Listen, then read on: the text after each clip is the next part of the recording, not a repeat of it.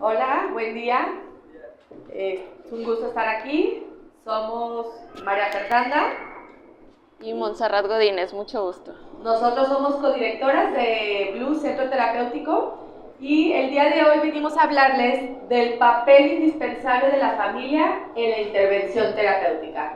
Esto va a ir enfocado quizá ahorita más en autismo, que es ahora sí que el tema que estamos tratando, que este mes de abril es el mes del autismo, justo el 2 de abril es el Día Mundial del Autismo. Entonces vamos a quizá enfocarlo un poco más al autismo, pero realmente es algo que aplica para cualquier familia que requiera una intervención específica por algún trastorno del desarrollo o alguna situación de alguno de los miembros de la familia.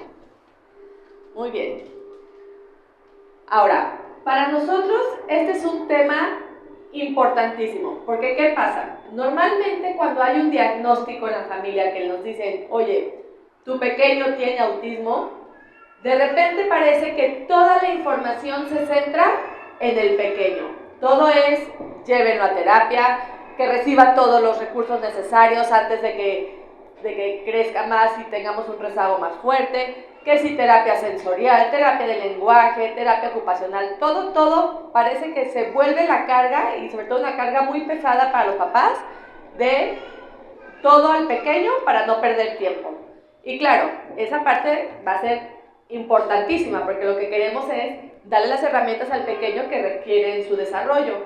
Pero de repente perdemos el foco de lo más importante, que es también voltear a ver a la familia. Parece que aquí ponemos esta lupa y de repente parece que la lupa está únicamente en el pequeño o el miembro con diagnóstico, y nosotros nos encanta decir, espérense, sí, la persona, las herramientas que requiere, pero vamos cambiando la mirada a la familia. ¿Por qué? Porque la familia es el núcleo principal en el que se va a desarrollar esa persona, con quien va a pasar la mayor parte del tiempo.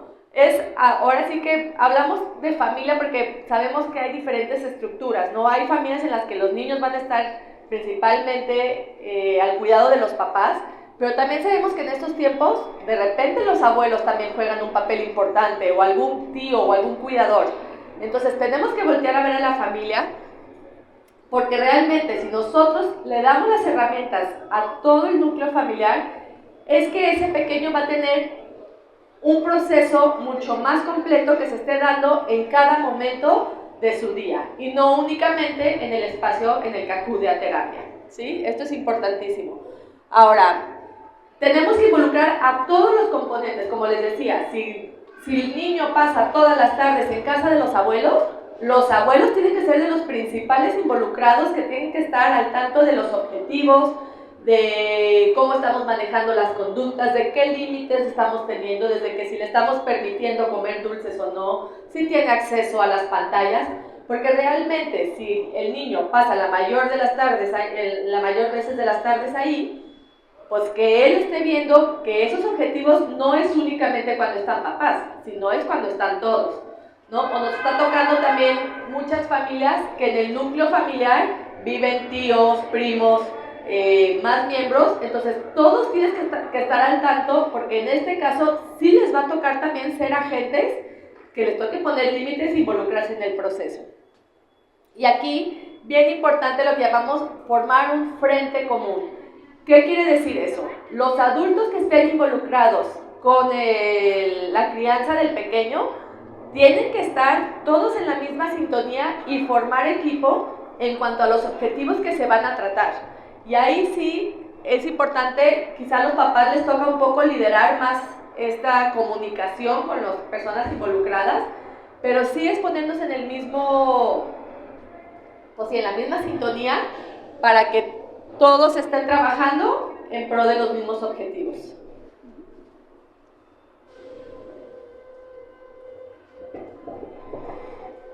Bueno, ahorita estamos platicando mucho sobre niños, pero la realidad es que en la actualidad nos llegan muchos adolescentes y adultos en búsqueda de diagnóstico.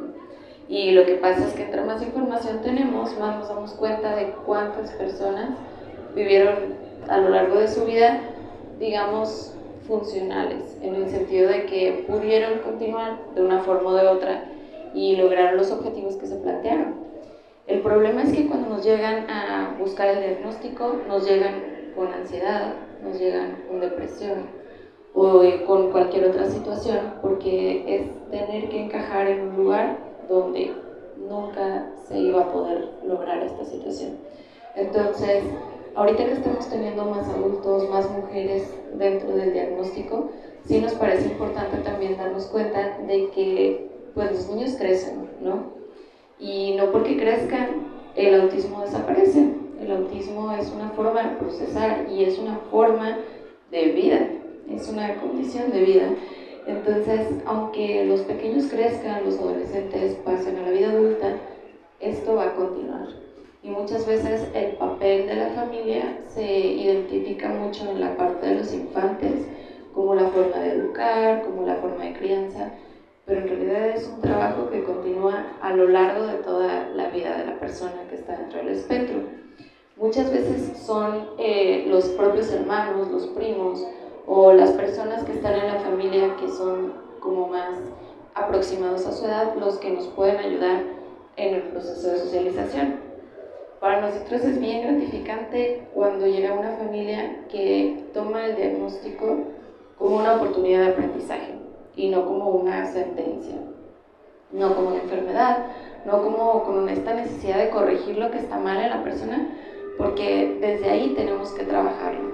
Cada familia pasa su duelo y vive su proceso de una manera distinta, pero cuando nosotros estamos ya en la posición o en el lugar de poder decir, esta es una condición de vida y va a estar bien, tenemos que trabajar, tenemos que hacer cosas, tenemos que aprender, tenemos que informarnos, pero va a salir bien. Este es el punto de partida real para iniciar un proceso de mejora terapéutica. Bueno, aquí por ejemplo, ¿qué es lo primero que tenemos que tener en cuenta? Muchas veces los papás están viviendo un proceso bien complicado en el que, como cualquier persona, al enfrentarnos a una nueva situación desconocida, ¿qué pasa? Pues nos asustamos. Y al obtener esta información, que son los primeros en obtenerla, a menos que el diagnóstico se haga ya en la vida adulta, lo que pasa es que se convierten en los dueños de la información. Ellos pueden elegir con quién compartirla o bien con quién no compartirla. Que esta es una de las dudas que más nos preguntan. ¿A quién le digo y a quién no le digo? En este caso, la sugerencia es hacerlo por cada caso y de forma individual. Si nosotros notamos que los abuelos van a apoyar en el proceso terapéutico, que van a aceptar toda esta situación y van a formar parte activa, entonces les informamos lo más que podamos. Si nos damos cuenta que de repente son personas que no solamente no van a apoyar o aportar en el proceso, no tienen por qué estar informados de la situación.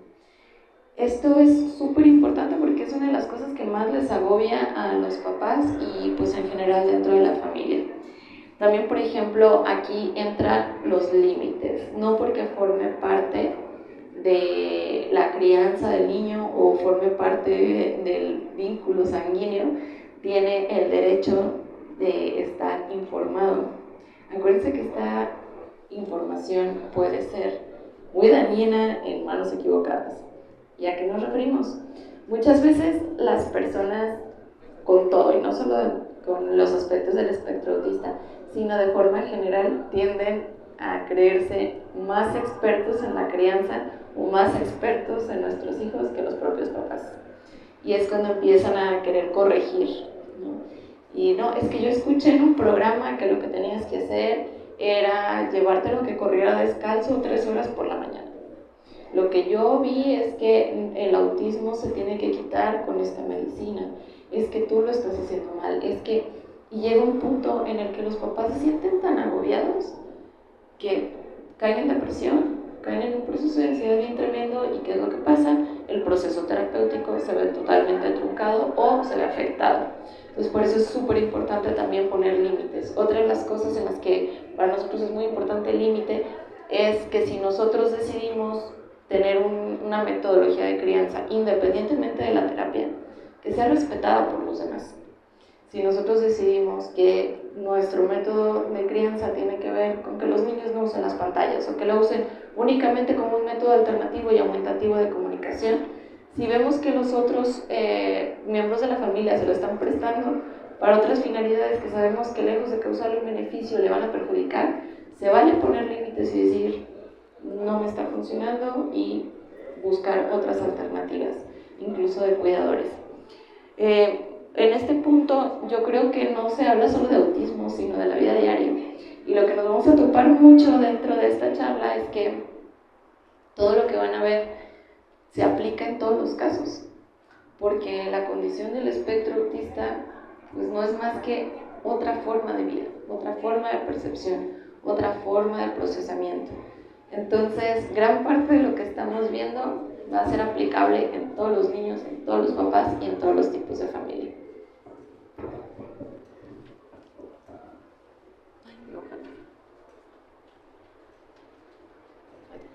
Bueno, ahora vamos a hablar del papel activo de los papás ya en la parte terapéutica como tal. Aquí ponemos papás porque sabemos que son los principales cuidadores, pero por ejemplo nos ha pasado que tenemos algún pequeño que su principal cuidador es los abuelos porque por alguna situación los papás no pueden estar, también aplica. Pero bueno, cuando están los papás que sí están presentes en la vida del pequeño, ellos son los líderes y quien tienen que tomar la batuta del proceso del pequeño. Como comentaba Monse, hay mucha información, incluso si nos metemos a internet va a haber 1000 historias, muchísimos casos, muchísimos remedios mágicos, y realmente sabemos que igual muchas personas de buena fe pueden compartir y decirles recomendaciones, pero realmente quien va a decidir qué proceso tomar, qué metodología, a qué terapia llevarlo, tienen que ser los papás, y los familiares alrededor tienen que respetar esta parte, porque los papás saben pues, qué es lo que necesita su pequeño y qué enfoque va a funcionar mejor para la familia. Entonces, primero los papás hay que investigar qué tipo de enfoque quiero para llevar a cabo las terapias de mi pequeño. Esto lo mejor es hacerlo de la mano de un profesional, porque les digo, hay muchos, ahora sí que metodologías mágicas que prometen curas que realmente no tienen ninguna base científica, entonces hay que informarse de ir con profesionales que realmente tengan la capacitación y nos proporcionen una metodología que tenga bases científicas. Bien importante, eso le toca a los papás, a nadie más. Y una vez que lo eligen, ya ellos pueden decidir qué parte del proceso y cómo involucrar a los demás familiares. Ahora, tiene que haber un compromiso activo con los objetivos de la terapia. Esto es bien importante. Los papás tienen el derecho de saber qué objetivos se están planteando en el proceso. Muchas veces nos han venido con otras familias que nos dicen, es que vengo de un proceso terapéutico en el que nunca me informaron ni qué objetivos teníamos ni qué metas.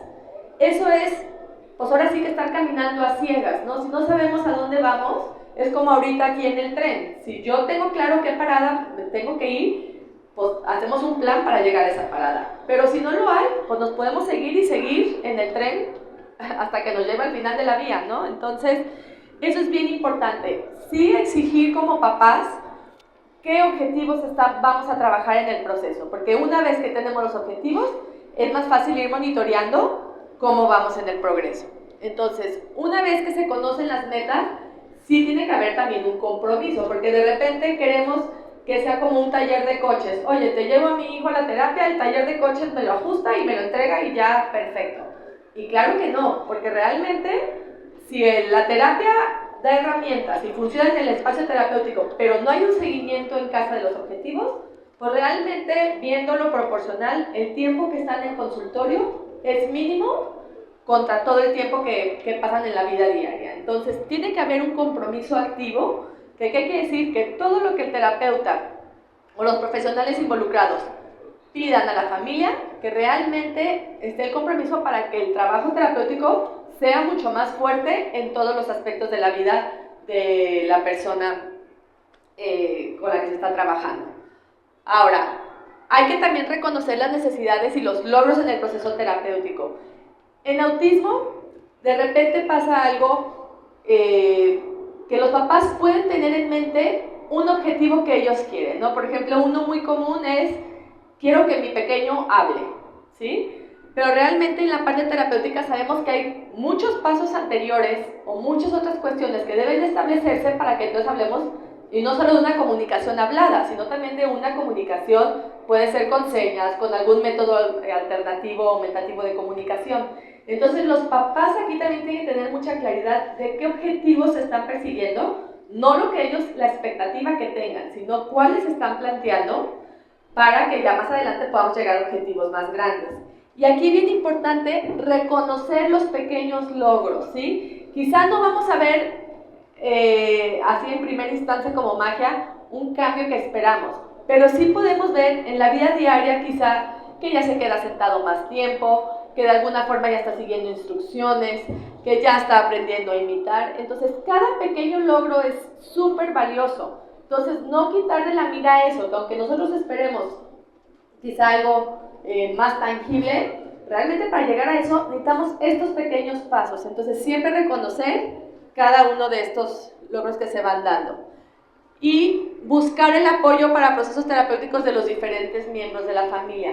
Lo que les decíamos, involucrarlos. Nosotros invitamos siempre a la familia extensa que está en contacto con el niño, porque en la medida que ellos tienen la información, comprenden y entonces se unen al proceso. Entonces de repente, si la abuela pasa la mayoría de las tardes con el pequeño, pues la abuela viene al consultorio y le enseñamos el por qué estamos trabajando de esa forma, qué herramientas puede tener ella para lograr también que el niño le haga caso, que pueda hacer sus tareas. Entonces hay que involucrar a los miembros de la familia para que lo estén trabajando también. Y aquí es desde las cosas más sencillas, desde el uso de las pantallas, los alimentos que pueden comer, qué tipo de actividades pueden realizar, y en la medida que estén involucrados van a poder también trabajarlos.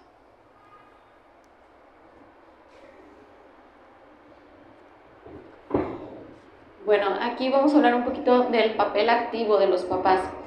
Cuando nos referimos a papás, no nada más es pues el papá y la mamá, sino cualquier cuidador o cualquier persona que esté a cargo del pequeño. Lo primero que tenemos que hacer es trabajar con el manejo de la información. Cuando llegan los papás, y estoy hablando de esto también mucho, me pasa con adolescentes que llegan y nos dicen, oye, ¿dónde, a qué página me puedo meter o qué leo para saber qué hacer?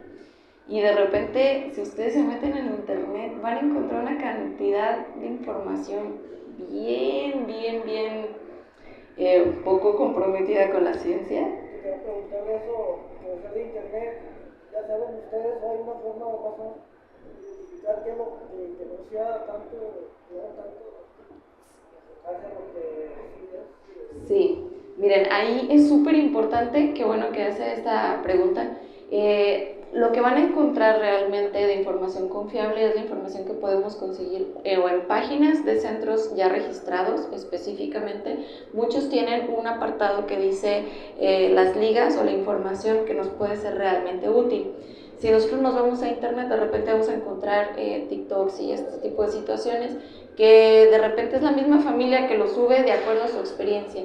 Y esto, vamos a hacer aquí una pequeña pausa porque es lo más importante.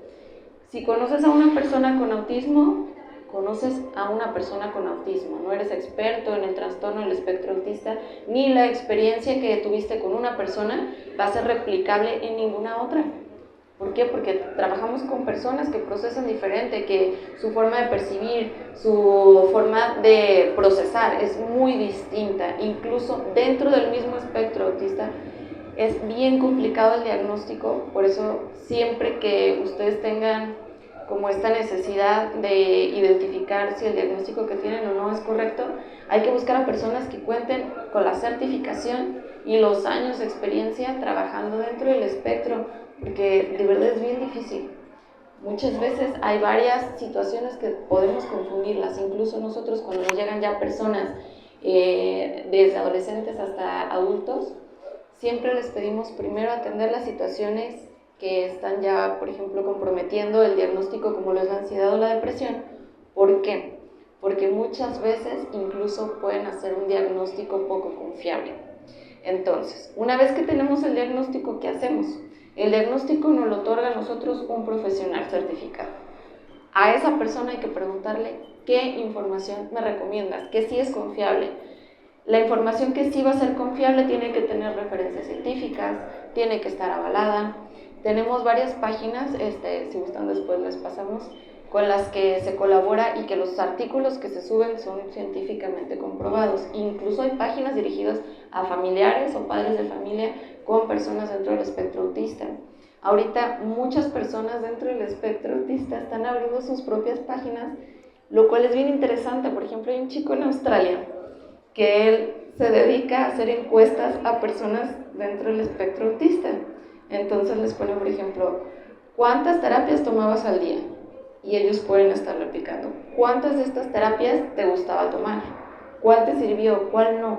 Y entonces ya tenemos la posibilidad real de obtener la información que viene de las personas dentro del espectro, que antes esto nos parecía imposible. Entonces tenemos ya una visión de adultos que vivieron todo un proceso y que nos pueden guiar a nosotros como profesionales o a los familiares para poder llevar realmente un seguimiento bien responsable. Entonces, en este sentido, sí es muy importante identificar qué personas nos pueden informar y qué personas nos pueden desinformar. De nada. Por aquí también hay que hablar del autocuidado. Miren, cuando está una persona dentro del espectro formando parte de nuestra familia, que estoy segura que conocen a más de uno que ni siquiera se ha diagnosticado, pero por ahí presenta las características. Pero cuando estamos en este punto de que ya conocemos que esta persona está dentro del espectro, ¿qué pasa con todos los demás miembros? Primero viven un duelo de expectativas con respecto a lo que se esperaba, y es complicado, pero no solamente lo vive la familia, sino que el desgaste que se presenta, y aquí sí me gustaría hablar un poquito de los casos que son como los que de repente la gente se imagina, los casos que tienen heterolesiones y autolesiones, es decir, que son agresivos con ellos mismos o con los demás, que tienen problemas bien severos de alimentación, que tienen problemas bien severos de que de repente tienen un trastorno de sueño, que duermen 1 o 2 horas al día. ¿Y qué es lo que pasa? Imagínense cuidar a un niño con estas características, que literalmente pone su vida en riesgo cada que tiene oportunidad, y aparte no duerme, y aparte no come, y aparte la gente con la que se suele desenvolver, pues ya lo ve y ya lo juzga y ya se siente mal. Imagínense el desgaste para una persona que siente aparte el rechazo. Este proceso es mucho más común de lo que nos imaginamos, y caemos en un error bien común, que es el decir, no pasa nada, luego me atiendo. ¿Y cuándo es que nos atendemos? Cuando ya es demasiado tarde. Es decir, ya tenemos una depresión, ya tenemos un desgaste, ya tenemos, incluso ya hay un término que se aplica al desgaste de los cuidadores. Incluso ahorita ya se está empezando a brindar un apoyo económico a las personas que son cuidadores, porque realmente es un trabajo 24/7, es mantener vivo una persona que realmente se está poniendo en riesgo cada que se mueve. Entonces, este nivel de desgaste sí nos puede llevar a nosotros incluso a enfermarnos. Nosotros siempre que empezamos un proceso, y les voy a ser muy sincera y muy honesta, cuando llegan las personas con nosotros a buscar procesos de intervención, ¿qué es lo que pasa? Nosotros siempre les decimos, no somos para todos. ¿Por qué? Porque en el centro trabajamos con la familia entera. No trabajamos únicamente con la persona que está o no dentro del espectro, sino que realmente los encargados de dar el seguimiento a este proceso van a ser ni más ni menos que la familia. Y una vez que ellos comprenden esta situación, lo que hacemos es también derivarlos ellos a terapia. Se les da un curso de autoformación, de educación de manejo de conductas, educación en situaciones que se les van a presentar, por ejemplo, en el ámbito educativo o social. Entonces, sí intentamos que todo el tiempo se estén capacitando para que puedan darles una atención de calidad a las personas. Posteriormente tenemos que ser activos al resto de los adultos en el proceso. ¿A qué nos referimos? Si nosotros recibimos información, porque eso sí les digo, esto del autismo,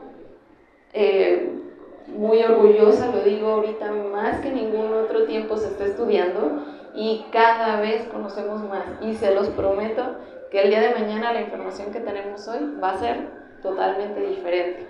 Entonces, yo la información que les estoy transmitiendo el día de hoy es una información que creemos que ha sido como una constante, pero específicamente en cuanto a métodos de terapia, en cuanto a la forma de percibir, en cuanto a la forma de los tratamientos.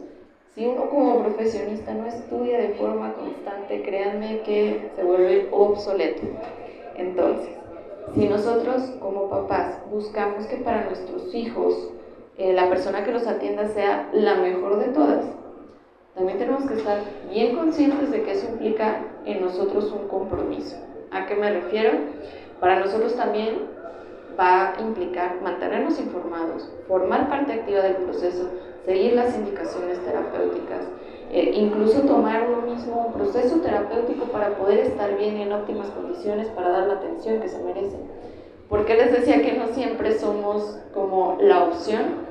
Porque muchas familias me dicen, es que yo no busco esto, yo busco traerte a mi hijo y que me resuelvas el problema, pero yo no quiero formar parte del proceso. Y honestamente, no les voy a decir que las terapias uno a uno no funcionan, claro que funcionan, pero funciona mucho mejor una terapia junto con los papás, porque realmente las personas que más van a conocer a esta persona dentro del espectro es su entorno inmediato. Son las que van a poder realmente darle este seguimiento, este aprendizaje en todas las áreas. Van a saber cómo manejarlo en la escuela, van a saber cómo manejarlo en los parques, van a saber qué le gusta, qué no le gusta, qué lo hace feliz, qué lo pone triste, qué lo hace enojar, qué lo puede calmar, qué lo puede llevar a un estado que realmente sea incluso doloroso a través de los sentidos. Entonces, si nosotros trabajamos en conjunto, el pronóstico es muy, muy bueno. Si nosotros trabajamos como únicamente desde la parte directa hacia la persona, no es que no funcione, pero va a ser mucho menos efectivo y mucho más lento el proceso.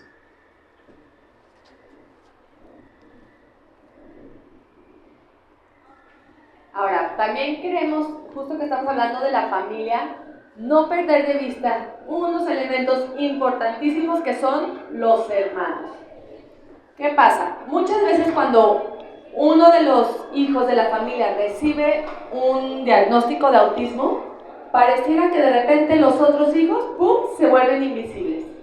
Y pareciera que su única meta en la vida es no me estorbes para poder ayudar a tu hermano que tiene la necesidad especial. Y esto pasa con autismo, con otros trastornos del desarrollo o con algún miembro que requiera alguna atención más importante, incluso por adicciones, ¿no? Pero bueno, hoy estamos hablando de autismo. Pero entonces, ¿qué pasa? Se vuelca toda la atención y, como decimos, muchas veces son casos que requieren una atención muy intensa por el riesgo que tienen, porque no está comiendo, porque ya se despertó y entonces los papás están cansados. Entonces, de repente los hermanos, ¡pum!, se vuelven invisibles. Y es, tú no me estorbes, tú arréglatela solito, sé independiente. Incluso, algo que también es bien peligroso es, a veces en esa línea delgada entre pedir al hermano que nos ayude, de repente nos volvemos responsables. Y tenemos a hermanos parentalizados, ese sería el término técnico, pero pequeños que tienen que asumir roles de adultos que le corresponden a los papás, ¿no? Entonces, de repente es, te voy a encargar que tu hermano no agarre nada de la cocina y tampoco prenda la pantalla y que además juegues con él. Oye, espérame, a ese pequeño, al hermano, no le corresponde esas tareas. Sí podemos pedir ayuda y de repente volverlos aliados, pero cuidar muchísimo, porque esos hermanos que crecen con cargas de cuidar a sus otros hermanos, viven una carga muy pesada que en su vida adulto va a tener repercusiones, ¿sí? Porque ellos se vuelven invisibles y entonces aprenden a que siempre tienen que poner las necesidades de los demás antes de las propias. Ahora, no les corresponde a los niños poner ese límite a los papás. Ellos no lo saben, ellos al final van a acatar las órdenes que les den los adultos. Entonces, nos corresponde a los adultos que estemos presentes, que van a ser los papás principalmente, en cómo hacer el manejo de la familia y de los hermanos que estén ahí presentes. ¿Sale? Entonces, uno, no darles responsabilidades que no les corresponden. A los hermanos no les toca cuidar a sus hermanos. Tú eres el papá. Tú eres quien te tienes que encargar de sus necesidades básicas, de alimentación, de sueño, de poner límite a las conductas. O sea, no le toca al hermano estar monitoreando que el otro no golpea a los demás niños. Eso es que tenerlo bien presente, porque la manera en que nosotros adultos lo abordemos y lo transmitamos a los niños es como ellos lo van a internalizar. Ahora, hay que acordarnos que todos necesitan también atención y cuidado. Les digo, de repente es, como tú sí puedes y tú no tienes autismo, arréglatela sola. Como tú sí puedes, tú haz tus tareas solo. No pude ir a tu evento importante en la escuela porque tuve que atender a tu hermano. Imagínense los sentimientos que tienen esos pobres hermanos, que de repente se pueden volver en mucho coraje y mucho resentimiento a su hermano que tiene el diagnóstico de autismo o cualquier otro diagnóstico. Porque ¿qué pasa? Toda la atención de mis papás está en mi hermano. Han llegado con nosotros hermanos de nuestros pacientes que nos dicen, es que yo quiero tener autismo, porque yo sé que si tengo autismo mi mamá va a estar conmigo todo el tiempo, me va a traer a las terapias, va a ir conmigo a la escuela. Y entonces decimos, aguas, hay que cuidar muchísimo eso. Hay que ver de forma distinta, cada uno necesita sentirse amado y sentirse que tiene la atención. Sabemos que a veces es complejo por el nivel de ritmo de vida que tenemos, por la rutina, pero aquí sí hay que buscar como papás esos momentos y quizá pedir ayuda, que alguien cuide al otro hermano y darle una media hora de llevarlo al parque solo a los demás hijos, o de podernos sentar y escucharlos cómo están, cómo se sienten, porque ellos también viven muchas emociones, también viven un duelo al tener a un hermano con autismo.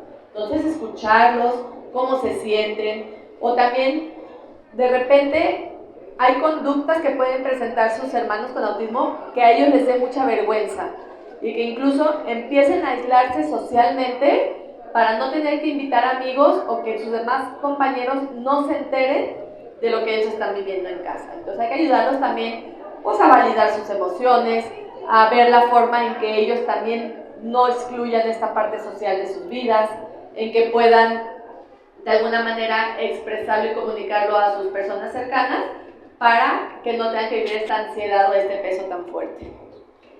Ahora, también los podemos ser miembros activos del proceso terapéutico. Recuerden, cuidando siempre esa línea. Un miembro activo es alguien que me puede ayudar y como mencionó Monse, los hermanos son los mejores aliados en la parte de la socialización y el juego. Pero es una línea muy delgada entre, ok, ven y ayúdame y vamos a hacer actividades de juego y de socialización, a decir, ya tú eres el responsable y te lo encargo, ¿sí? Como aliados, ¿qué podemos? Nosotros los invitamos también mucho a las terapias, que vengan los hermanos, que vean cómo ellos pueden buscar que sus hermanos sigan la terapia, sigan los objetivos, incluso hacer dinámicas de juego con ellos que se puedan llevar en casa, porque pues al final son niños y queremos que hagan estas dinámicas de socialización que son bien importantes en su aprendizaje y en sus emociones. Darles herramientas emocionales. Si vemos que alguno de nuestros pequeños necesita terapia, aunque él no sea el paciente identificado con autismo, hay que también llevarlos a ese proceso, acompañarlos, que se sientan escuchados, validar sus emociones, porque les digo, también de repente sienten toda esta carga familiar. ¿Y qué puede pasar? Muchas veces, cuando son invisibles los hermanos, porque estamos atendiendo al miembro de la familia que tiene una necesidad más fuerte, también eso puede ser contraproducente, porque estas personas que no recibieron atención, la van a buscar y quizá de una forma no adecuada. Entonces quizá pueden ser hermanos que se conviertan en los rebeldes, en los que tienen pésima conducta en la escuela, porque entonces, ¿qué? Es mejor recibir una atención negativa a recibir nada de atención. Incluso ya en edades posteriores pueden ser adolescentes que tomen conductas de riesgo como drogas, adicciones o amistades que no sean positivas. Entonces, no hay que invisibilizarlos. Ahora, también las reglas. Esto es bien importante. Nos pasa muy seguido que de repente los papás son, oye, es que mis hijos pueden ver solo 1 hora de tele al día. Pero bueno, mi pequeño que tiene autismo, él sí puede ver lo que sea porque, pues no, porque si no se puede molestar. Esto hay que tener mucho cuidado. Los límites y las reglas deben de ser para todos por igual. Sabemos que quizá alguno va a tener una necesidad específica y puede haber algún ajuste, pero no se vale que al miembro que tiene autismo se excuse de todo y que ese sea su escudo para librarse de la hora de dormir, de los hábitos de limpieza, de los horarios de comida, de las horas de pantalla, solo porque tiene autismo, ¿sí? Eso crea mucho resentimiento entre los miembros. Y como decimos, las personas con autismo procesan diferente. No quiere decir que no tienen que tener límites. Hay que ver la forma de manejarlo de la forma adecuada en que él lo vaya a internalizar y lo pueda seguir, que es lo que se va a dar en las herramientas terapéuticas. Pero de que tiene que haber límites, los tiene que haber. Bien importante. Y respetar la individualidad y los tiempos de cada uno. Siempre. Eso aplica para todas las familias. No porque todos sean mis hijos y nacieron de los mismos papás, quiere decir que sus procesos van a ser iguales. Cada uno va a tener necesidades y tiempos diferentes de aprendizaje para cada una de las áreas, incluso de su área emocional. Entonces hay que darnos la tarea, papás, de ver a cada hijo por el individuo que es. Y a partir de ahí, darle la atención y las herramientas que requiere.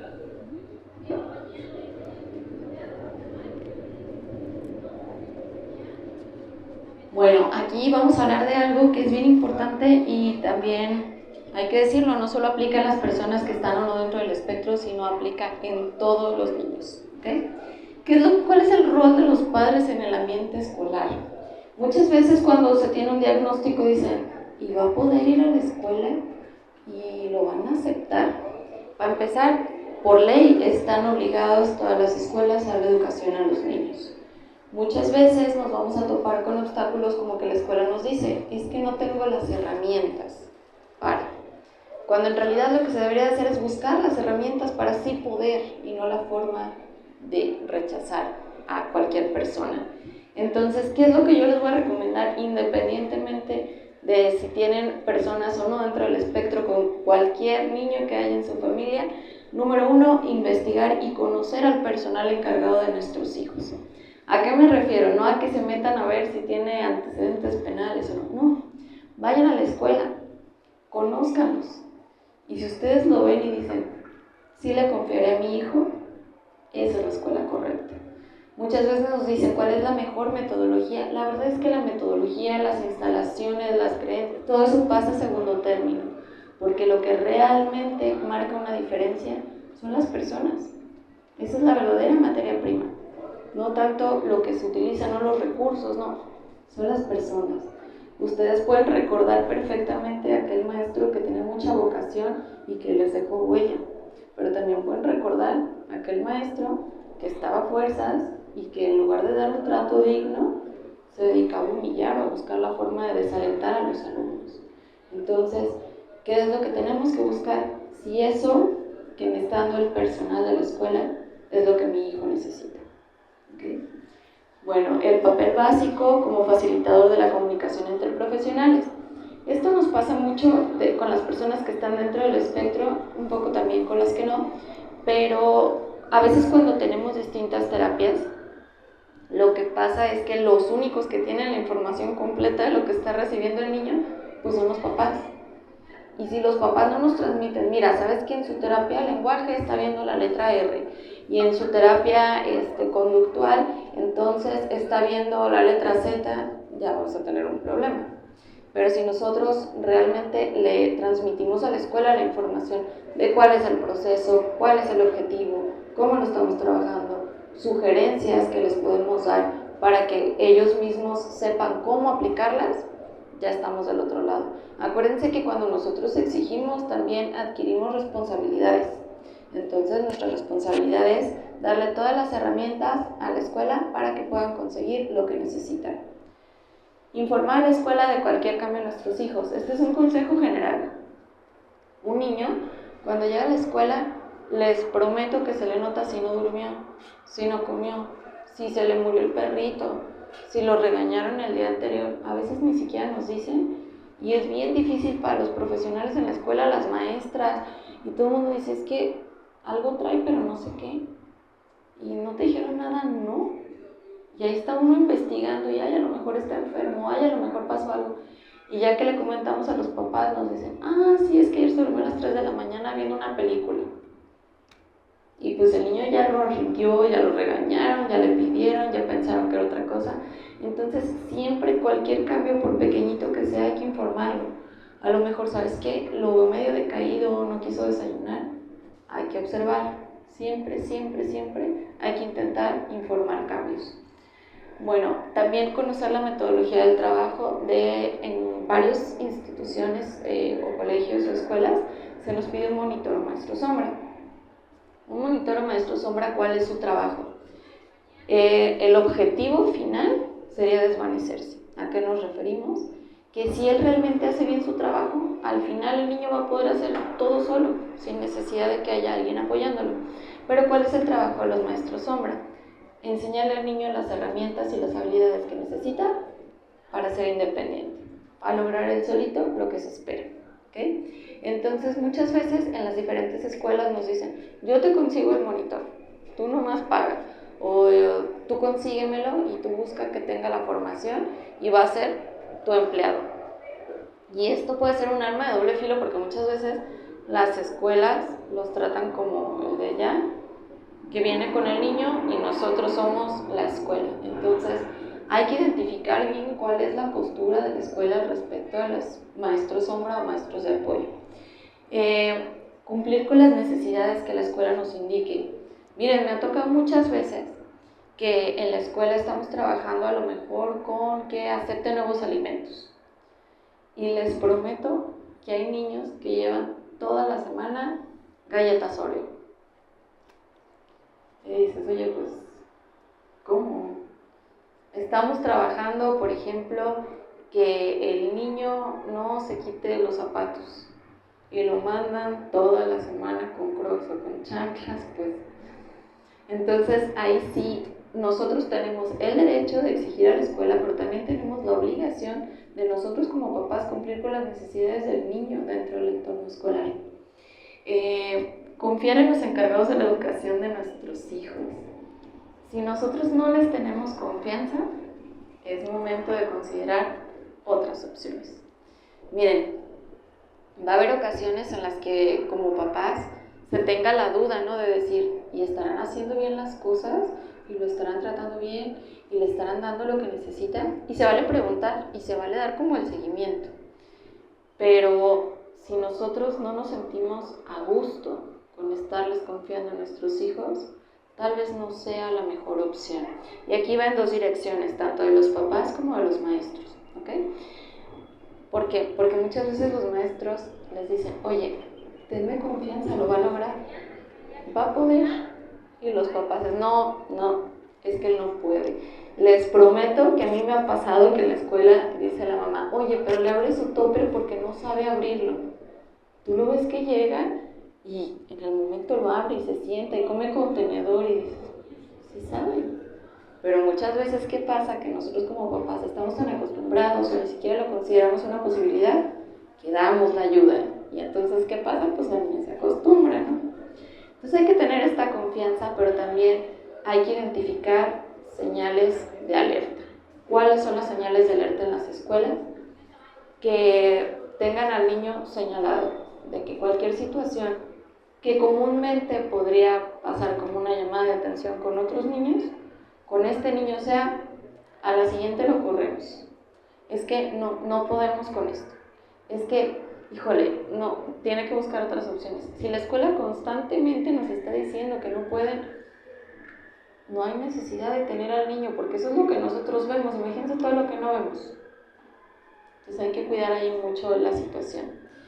Y también, por ejemplo, confiar en los encargados de educación de nuestros hijos. Nos referimos a que ellos son expertos, ellos saben diferentes metodologías, saben cómo facilitar el aprendizaje, no solamente a un tipo de niños, porque en realidad, y seamos muy honestos, yo nunca he visto a dos niños iguales, y jamás he visto que lo que le funciona a uno le funcione al otro, de ningún tipo, dentro o no del espectro autista, nunca he visto dos niños que sean exactamente iguales en las necesidades educativas y de vida y de nada. Entonces, Tenemos que confiar en que las personas que están a cargo de la educación tengan las herramientas. Si no confiamos, hay que buscar otras opciones. ¿Ya? Bueno, pues les queremos agradecer muchísimo por haber estado aquí compartiendo con nosotros. Cualquier duda que surja, con toda confianza se pueden acercar.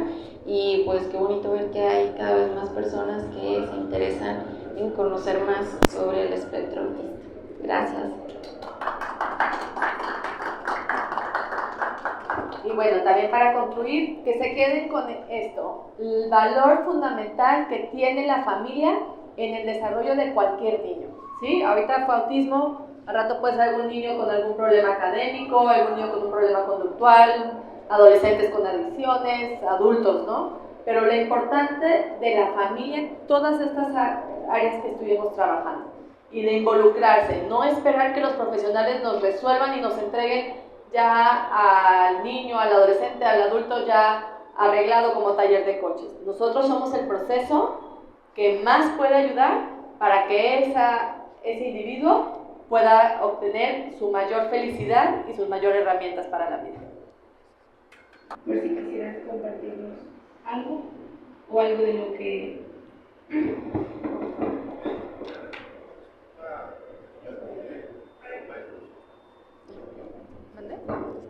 ¿Cómo se identifica para Beca y Elena necesita más sus sombras?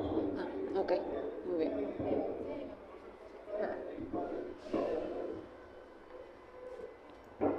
Miren, nosotros siempre le decimos a las escuelas que los maestros sombra no son requisitos, son facilitadores. Y entonces, para que un maestro sombra sea requerido, se tiene que tener un objetivo en específico. ¿Cuándo se recomienda un maestro sombra? Número 1, para cumplir objetivos académicos. Por ejemplo, cuando los niños empiezan el proceso de lectoescritura y llevan una metodología diferente o les está costando, o a lo mejor no solo lectoescritura, cualquier otra de las áreas, entonces se recomienda el apoyo. Se recomienda el apoyo cuando el niño no es capaz de estar en el ambiente escolar, porque a lo mejor es la primera vez que tiene contacto dentro de un salón, y que entonces, ¿qué pasa? Que el niño se está saliendo todo el tiempo, o que tiene conductas que lo ponen en riesgo. Si hay conductas que pongan en riesgo al niño o a los compañeros, sí se recomienda un maestro sombra por la seguridad. Otra de las situaciones en las que se recomienda un maestro sombra es cuando se está trabajando, por ejemplo, en un cambio o de escuela o de etapa escolar, porque es mucha carga de estímulos y todo. Para cualquier persona es complicado, pero justamente este cambio sí puede ser un factor. Ahora, ¿qué se tiene que platicar con la escuela? Justamente esto, que no sea un proceso eterno. Si no se tienen bien claros los objetivos, que pasa que pues el maestro sombra pasa a ser otro alumno del salón, y pues no, lo que queremos nosotros es que una vez que se identifique y se pongan los objetivos, se diga también, ok, se espera más o menos que en 3 meses reevaluemos a ver si es necesario continuar o ya puede estar solo, y poco a poco desvanecerlo. Gracias.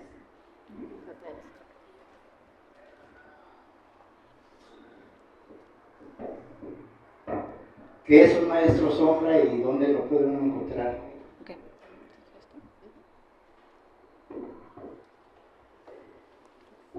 Bueno, el maestro sombra, o a veces también llamado monitor, es un personal, un maestro que se contrata específicamente para dar apoyo a algún alumno que requiera una necesidad especial, ¿sí? Estos maestros sombras, ahora sí que hay diferentes. Ahí depende de la escuela. Hay escuelas que dicen, yo tengo aquí un maestro que justamente hace esa función y lo van adecuando según a los niños que lo requieran.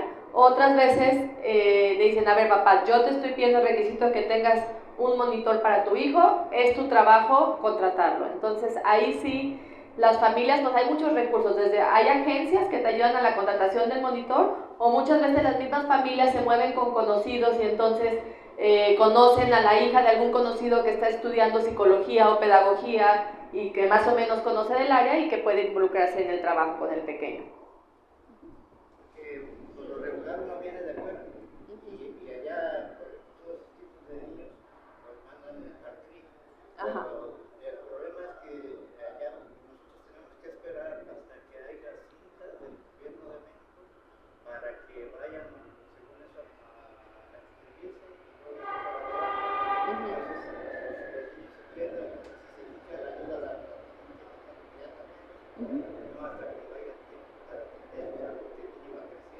Claro, eso que dice es algo muy común. Tristemente, ahorita nuestros servicios públicos están topados con listas de espera, como bien dice, de 1 o 2 años, que es tiempo muy valioso. Y ahí lo que recomendamos es acercarse también a las escuelas. Como dijo Montse, las escuelas tienen la obligación de proporcionar educación a cualquier niño de la sociedad. Entonces ahí sí acercarse con la escuela. Hay escuelas que tienen USAER o que tienen servicios especializados en necesidades especiales. Entonces acercarse a alguna escuela que pueda proporcionar esta atención también y empezar desde ahí también, desde lo académico. ¿Alguna otra duda? ¿No?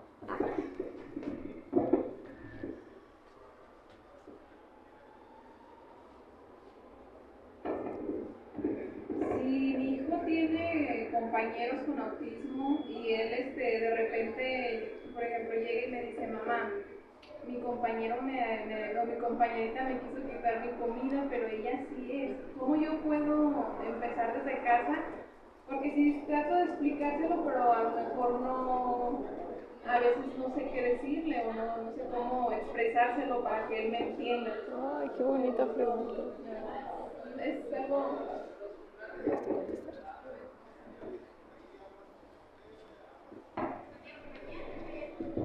Ay, primero que nada, qué bonita pregunta. De verdad que nos encanta cuando son los mismos niños los que buscan. Creo que lo primero que tienes que hacer es justamente escuchar la pregunta, porque muchas veces uno quisiera contestar mucha información cuando los niños nomás dicen, pues así es, ¿cómo le hago? ¿Y qué es lo que pasa? Aquí le podemos decir, mira, todos los niños, todos, absolutamente todos son diferentes. A algunos nos cuesta trabajo las matemáticas, otros el español, algunos aprenden a leer primero que otros aprendemos a hablar primero que otros no somos buenísimos para nadar, pero malísimos para correr. Y aquí, ¿qué es lo que pasa? Tenemos que conocer a la persona. Porque eso sí les digo, no hay regalo más grande para ningún niño que tener un compañero neurodivergente. Es una chulada, ¿por qué? Porque les enseña a buscar otras formas de jugar, a buscar otras formas de comunicarse, a conocer nuevos intereses, a darse cuenta realmente cómo se apasionan por ciertas situaciones, y créanme que los más beneficiados son el resto, no la persona que está dentro del espectro. Estas herramientas absolutamente nada ni nadie más se las va a poder dar, más que darles la oportunidad de conocerlas. ¿Qué es lo que tenemos que decirles así tal cual? Número 1, todos somos diferentes, hay que conocerlo. Y le puedes preguntar más bien, a ver, ¿tú qué crees que le gusta? A ver, ¿cómo le harías tú? Primero tú pregúntale, ¿quieres? Si capaz que te lo quita de la mano y sabemos que sí quiere, pero a la siguiente podemos intentar de otra forma. El chiste aquí es como cualquier amistad, es irle buscando la manera y el modo, porque al fin y al cabo, pues todos los niños son diferentes. Y también, por ejemplo, comentarles que va a haber situaciones que para nosotros a lo mejor son fáciles de entender, pero a las personas que están dentro del espectro autista les pueden resultar complicadas. ¿A qué nos referimos? A lo mejor no nos damos cuenta, pero hasta la tonalidad de la luz les puede lastimar. Los ruidos en exceso pueden ser dolorosos. A veces necesitan hacer ciertos ruiditos ellos mismos para tranquilizarse. Hay incluso varios cortitos ahorita en YouTube que los pueden buscar para personas o amiguitos dentro del espectro autista. Hay uno que se llama Mi hermano Luca. Hay varios. Póngale así tal cual, cortos para niños de autismo, y hay unos bien bonitos. Y lo más importante es que los vean con ellos, porque los niños son una chulada, ellos van a tener el interés genuino de buscar la forma, y a veces somos los adultos los que decimos, pues no sé, pero qué bonito que hagan esta pregunta, qué bonito, y felicidades porque qué chulada de hijo tienes. ¿Alguna otra pregunta? Ok, entonces daríamos por concluida nuestra ponencia por parte de nuestros maestros.